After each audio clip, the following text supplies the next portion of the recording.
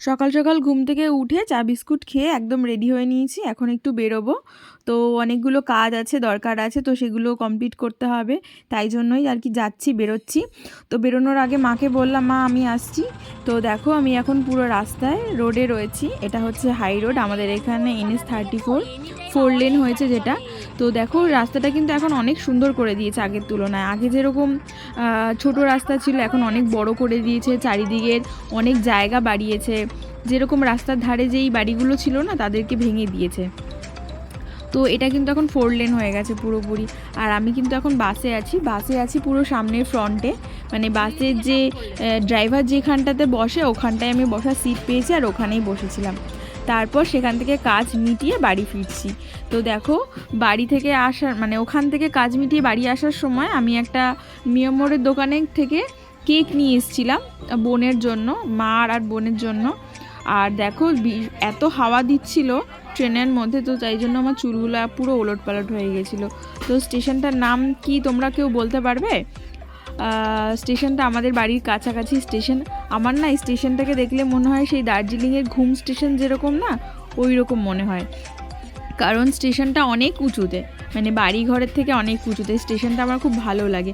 আর গরমকালে এই স্টেশনে না ভীষণ ভালো লাগে, কারণ অনেকটা উঁচুতে। তো সন্ধ্যাবেলার দিকটাতে যারা আর কি কাছাকাছি আছে তারা মনে হয় নিশ্চয়ই স্টেশনে এসে অনেক আড্ডা মারে। তো দেখো আমি এখন ট্রেনেই আছি, ট্রেন চলছে অনেক জোরে। আর ট্রেনের যে দরজার সামনে আমি দাঁড়িয়েছিলাম একটু ভিডিও নেওয়ার জন্য, তারপরে এত হাওয়া দিচ্ছিল বলে আমি আবার ভিতরে ঢুকে গেছিলাম। তো তারপর বাড়ি চলে আসলাম। বাড়ি এসে এই বক্সটা আনবক্সিং করলাম। তো তার আগে সৃজাকে ডেকেছিলাম যে আয় সৃজা, তোর জন্য কী এনেছি। ওকে ফোন করেই জিজ্ঞাসা করেছিলাম ও কী কেক খাবে। তো ওর জন্য একটা কেক নিয়ে এসেছিলাম, আর মার জন্য একটা নিয়ে এসেছিলাম, দুটো কেক নিয়ে এসেছিলাম। চকলেট কেকটা আমি টেস্ট করে দেখিনি কেমন, বাট পাশের ওটা হচ্ছে নলিন গুড়ের একটা কেক। তো ওই কেকটা টেস্ট করেছিলাম আমি দোকানেই। তো ওই কেকটা খুব ভালো, ওটা মায়ের জন্য নিয়ে এসেছিলাম। আর চকলেটটা নিয়ে এসেছিলাম সৃজার জন্য। ওরকম করে দেয়, আমি তুলে দিচ্ছি।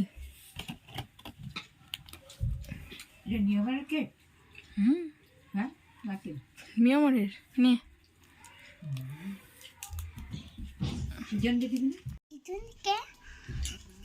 সিজনকে কেমন? হ্যাঁ খাবি, দাদারে অর্ধেক দিবি। টেস্টি। বাচ্চাদের কিন্তু বেশি বড় বা দামি জিনিস বা এরকম কিন্তু ওদের প্রয়োজন হয় না, ওরা কিন্তু ছোট ছোট জিনিসে খুব খুশি হয়। তো যাই হোক, সৃজাকে একটা কেক এনে দিয়েছি, ওই জন্য সৃজা মানে ভীষণ খুশি, ওর মনটা। আর ও তো এই কেকগুলো খেতে খুব ভালোবাসে, তো ওই জন্যই মানে কোথাও গেলে পরে যদি দোকান পাই বা দোকান থাকে হাতের কাছে, তাহলে ওর জন্য আমি চেষ্টা করি নিয়ে আসার জন্য। তো দেখো এই ফুলগুলো হচ্ছে চন্দ্রমল্লিকা। এই ফুলগুলো না অনেক দিন ধরে এমনি পড়েছিল, তো ওই জন্য ভাবলাম একটু জলের মধ্যে রাখি, কারণ টাটকা থাকবে। আর কিছুদিন পরে তো আমাদের একটা ইনভাইট রয়েছে, মানে বাড়ির বিয়ে বলে কথা। তো এই ফুলগুলো যদি জ্যান্ত থাকে তাহলে আমি এই ফুলগুলো দিয়ে কাজে লাগাবো, এটাই আর কি আমার মাথায় চিন্তাভাবনা আছে। তো এই ফ্লাওয়ার ভাসটা খুব সুন্দর করে সাজিয়ে নিলাম মনের মতন করে। অনেক দিন পরে এই ফ্লাওয়ার ভাস সাজাচ্ছি, কারণ আমার কাছে অনেকগুলো ফুল ছিল ওই জন্য। তো ফ্লাওয়ার ভাসটা সাজানো পুরো কমপ্লিট হয়ে গেছে। দেখো কত সুন্দর লাগছে। ফুল কিন্তু সবাই খুব ভালোবাসে, আমি যেরকম ভালোবাসি, আমার কাছে ফুল জিনিসটাই খুব পছন্দের একটা জিনিস। কেউ যদি ফুল গিফট করে তাহলে আর কিছু লাগে না। তো টাইটেল আর থাম্বনেল থেকে ভাবছিলে বয়ফ্রেন্ডের ফুল, না একদমই না, বয়ফ্রেন্ড দেয়নি, এই ফুলটা দিয়েছে আমার একটা বন্ধু।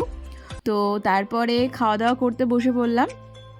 খাওয়া দাওয়ার মধ্যে ছিল হচ্ছে দুপুরের পুঁই ফল ভাজা ছিল, বাঁধাকপি ছিল, আর বিট গাজর ভাজা ছিল, এই দিয়ে আর মাছ ছিল। তো এইটা দিয়ে ভাতটা কমপ্লিট করলাম, খেলাম। তারপরে হচ্ছে যখন বাইরে গেলাম যে থালাগুলো রাখতে, তখন দেখলাম যে বাড়িতে এক গাদা বিড়াল। এই বিড়ালগুলো পুরো আমাদের বাড়িরই বিড়াল, কিন্তু বিড়ালগুলো কিন্তু একদম ভালো না। তো এদেরকে ছেড়ে না কোথাও যাওয়া যায় না, মানে রান্নাঘরে ফাঁকা রেখে যাব আর মুখের সামনে যা পাবে তাই খেয়ে নেবে, একদমই ভালো না। তো দুটো বাচ্চা রয়েছে, আরগুলো সব মোটামুটি, আর চারটে যে বড় বড়। আর এই দিকের নীল বালতির পাশে যে বিড়ালটা রয়েছে ওটা হচ্ছে এইগুলো সবার মা। তো এতগুলো বিড়ালের বাচ্চা, মানে আমাদের বাড়িতে 7টা বিড়াল রয়েছে। আর যদি কারোর প্রয়োজন হয় আমার সাথে কন্ট্যাক্ট করো, আমি দিয়ে দেবো। তো এই বিড়ালগুলো নিয়ে আমাদের আর মানে কী যে করব না করব ঠিক পাই না। তো ভিডিওটা কেমন লাগলো তোমরা সবাই কমেন্ট করে জানাবে। আবার নেক্সট একটা ভিডিওতে সবার সঙ্গে দেখা হচ্ছে।